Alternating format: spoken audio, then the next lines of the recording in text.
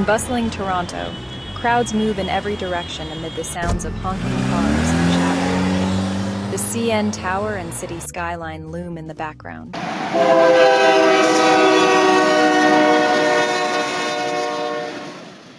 Teenage Hasina, a nervous Bangladeshi girl, clutches a corn sack of her belongings, scanning the crowd for a friendly face amidst strangers. Have you ever felt like you did not belong anywhere? That is exactly how I felt growing up. Join me on my journey to find what I've been searching for all my life, a place where I truly belong. I would often see kids in their groups, talking and laughing, but I never fit in with the popular kids. My awkward ways was something I carried with me every day. Even in the classroom, small habits made me feel out of place. Why do they always stare at me? The other kids noticed everything. I can't help it, it's just so hard. I developed nervous habits just to cope with home life. Don't think you can slack off. You're here to work, Hasina, not to lounge around like you're somebody special. Young Hasina is 10 years old and she nods silently, avoiding eye contact, her expression tense with suppressed emotion. Back to present day. Hasina takes a deep breath, her fingers pausing over the keyboard. She looks at her notes, trying to organize her thoughts. I wrote late many nights, alone with my notes. Years of memories condensed into point form on my iPhone. She scrolls through the Notes app, finding a bullet point that says, Hasina felt like a thief because her mom accused her when she was 12 years old. Did you take these cookies without asking? Don't you lie to me, Hasina. Sorry. You stole from me, Hasina. You're nothing but a little thief. How dare you go into my room and take things without asking? You know the rules. You're not allowed in my bedroom, you little sneak. Hasina shrinks back as her adoptive mother points a finger at her.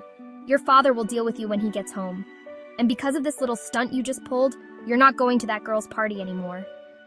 Young Hasina's eyes fill with tears as she endures her mother's harsh words and threats. Her adoptive mother walks back to the house, fuming.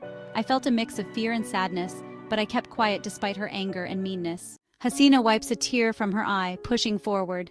She looks at the wall, reminiscing about those difficult times. It was a hard time remembering my past and how my adoptive parents treated me. My mom made me feel like a thief, unworthy and a slave on the farm. Hasina takes a deep breath and continues typing. The weight of her memories heavy, but her resolve stronger. Even in my current urban neighborhood, I struggled to fit in. I felt the divide between my South Asian appearance and my Caucasian upbringing. Hasina sighs, lost in thought as she traces her fingers over the photo. Despite my South Asian appearance, I am a stranger to its culture and language. Adopted and raised by Caucasian parents, I do not visually look the part. I find myself straddling two worlds, not entirely fitting in with the whites or the Indian community. This is the crux of my conundrum. I speak like a Canadian, but do not look Canadian, and I look South Asian, but do not speak any Indian languages. So much to think about. This is it, the beginning of my story.